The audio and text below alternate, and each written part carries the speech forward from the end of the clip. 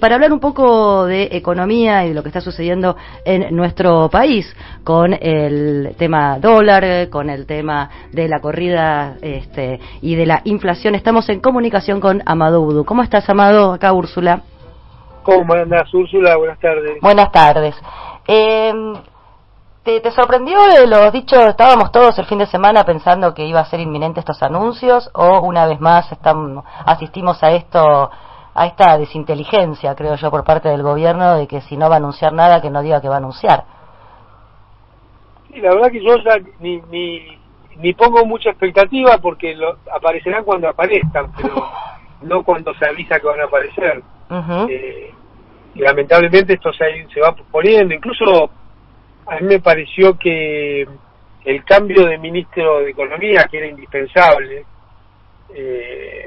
uno se lo imaginaba que no sea en soledad, porque claro, se pasa a poner toda la expectativa sobre una persona como si fuera un hombre solamente el problema, ¿no? Entonces, toda la expectativa que generó el cambio de ministro, la incorporación de alguien que es mucho más cercana a la visión nacional y popular, como Silvina Batakis, bueno, empieza a quedar remando en soledad, ¿no?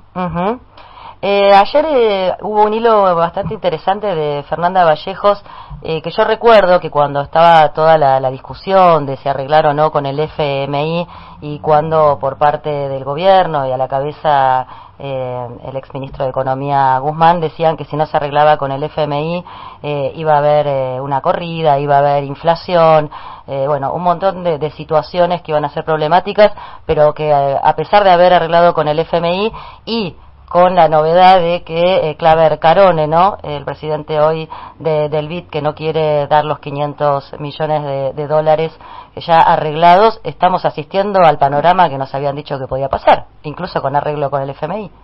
Exactamente, porque el arreglo con el FMI, lo dijimos muchas veces,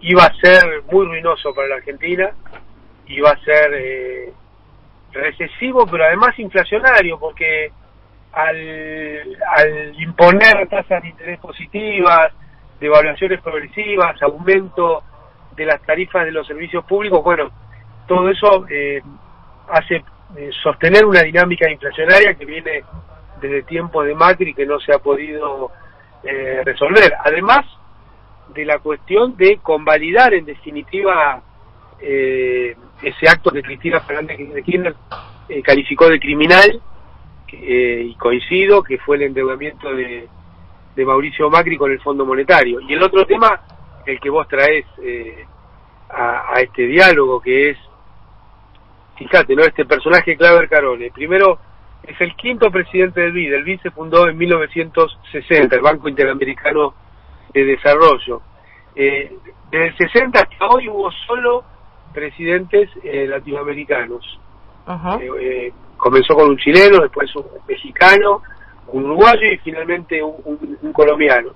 Bueno, Estados Unidos se decide a terminar con esa ficción y pone un personaje que formaba parte de los equipos de Trump, ni más ni menos, como presidente del BID. Y entonces, este personaje, Claver Carone, que fue uno de los articuladores del endeudamiento de Macri, fue el vocero de Trump en el Fondo Monetario para impulsar que al gobierno de Estados Unidos le interesaba que siguiera Macri y que no volviera el campo nacional y popular al gobierno. Bueno, ahora cuando está en el BID sigue la misma conducta, tratando de impedir el normal desarrollo de un gobierno nacional y popular. Sí. Hoy, bueno, en el día de ayer igual, el que sí terminó diciendo que sí va a prestar es el Banco Mundial 200 millones a partir de la visita de Batakis a Estados Unidos. ¿Cómo es esa lectura de este préstamo del Banco Mundial? No, para nosotros siempre fue una buena estrategia sostener los préstamos de los bancos multilaterales, BID, Banco Mundial, porque en definitiva es una forma de sostener la capacidad macroeconómica de generar dólares. Inclusive en el 2010, Úrsula, nos incorporamos en forma plena a la Corporación Andina de Fomento, que es una organización alternativa al BID. Pero lo que siempre pusimos mucho énfasis fue en que todos los préstamos estuvieran atados a una obra pública o alguna prestación social.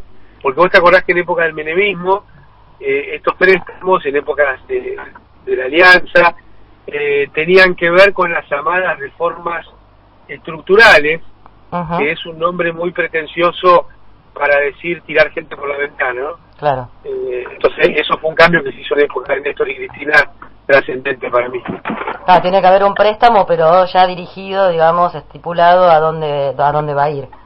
Exactamente, con un objetivo o productivo o de mejorar la infraestructura en Argentina. Y en cuanto al préstamo del BID, más allá de que este buen hombre, Claver Carone, que veía a la Argentina muy bien para prestarle 45.000 millones de dólares a Macri, pero ahora la ve como que no es solvente, ¿crees que puede cumplir eso? ¿O al haber tantos miembros también de Latinoamérica, el Caribe, se puede llegar a destrabar? Se cambió los anteojos, ¿no? Sí. Increíble. Mira. Bueno, es el mismo Claver Carone que también se fue haciendo un escándalo del país, ¿no? Haciendo toda una pantomima muy a lo Trump, para marcar la diferencia, así que no sabemos los intereses que representan. Pero esto es importante la pregunta o la reflexión que haces, porque estos llamados organismos multilaterales en realidad son los organismos que organizó Estados Unidos para estimular y profundizar el poder de ese país respecto al resto del mundo, ¿no? Tanto el Banco Mundial, el Fondo Monetario, como el BID, en realidad son brazos ejecutores de los intereses norteamericanos, en este caso en Latinoamérica, en otro caso en el conjunto del mundo. Porque, como bien dijo, a veces nos olvidamos, ¿no? Pero quien fuera secretario del Tesoro, o sea, ministro de Economía de Nixon, en una discusión con sus pares europeos, dijo: no se olviden que el dólar es nuestra moneda, pero es su problema. Y bueno, esto se sigue cumpliendo a rajatabla para el resto del mundo, ¿no? Lo hablamos en varias ocasiones en Caníbales, pero bueno, para mi oyentada, ¿estamos para vos a tiempo todavía de hacer algún tipo de volantazo y de tomar medidas que cambien el rumbo, o cada vez estamos más complicados de tomar medidas? Me encantó lo de la oyentada, ¿eh?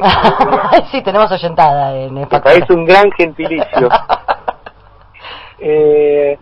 Yo creo que siempre se está a tiempo. Lo que me parece es que cuanto más se demora, necesitas medidas más profundas y tenés menos espacio para administrar. Lo que necesitas es la posibilidad solamente tomar medidas estructurales, ¿no? Y yo creo que hoy se impone un aumento de suma fija para todas y todos, de por lo menos 40.000 pesos, para paliar esta situación de tan mala distribución del ingreso que hay en nuestro país, ¿no? Producto del cambio estructural que llevó adelante Macri, pero bueno, lamentablemente no se ha podido volver a reponer. Y sí, no, te quería preguntar, que creo no escuché nunca tu opinión sobre el tema del salario universal.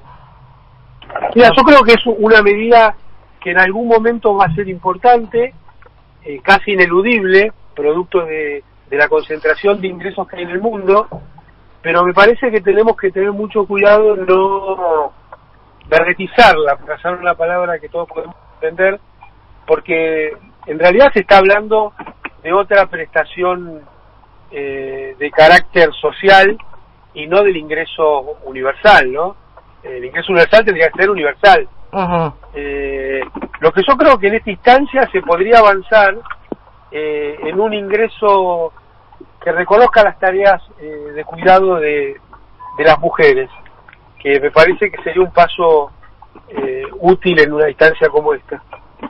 y no para todo el mundo, porque universal, como vos bien decís, sería también para gente que tal vez no lo necesite, como se está descubriendo ahora con el tema de la segmentación de tarifas, ¿no? Que el gobierno se encuentra con que se triplicó la ganancia que va a tener por la cantidad de gente que entra a la página y recula y no se inscribe y dice prefiero pagar pagar sin subsidio con tal de que no me triangulen mi data en la FIP. Ahí está justamente una de las cuestiones que también venimos planteando, Úrsula, que es increíble que se esté discutiendo a esta altura del debate de la suba de tarifas con el desastre que hay en Argentina, ¿no es cierto? Uh-huh. Pero hay muchísima gente que digamos, no dice, digo, la misma gente que se queja, digamos, de que choriplanero y que todo esto y agarra la pala, que llegan con sus servicios subsidiados y que lo podrían pagar sin ningún tipo de problema. Pero no te quepa la duda que por eso yo siempre digo que es como un caballo de Troya este asunto de la segmentación. Es una gran mentira, porque lo que hay atrás de la segmentación es una suba para todos los sectores, y después los mismos que te decían que no podía estar barata la energía son los que te van a aparecer con la casuística de un caso atrás de otro, mostrándote el desastre que ha sido la segmentación. Amado, muchísimas gracias y nos vemos el domingo. No, gracias a vos. Te mando un cariño. Un beso a la oyentada. Dale, recibida. Chau. Con quien hablábamos es con el exministro de Economía, Amado Boudou. Para quienes no lo recuerdan, gracias a él hoy tenemos nuevamente la jubilación estatal por este mismo tema. Los grandes medios y el poder real de nuestro país lo han inhabilitado para participar en política por haber sacado nada más y nada menos que las AFJP que enriquecían los bolsillos, como siempre, de los más ricos. Un día en tu radio.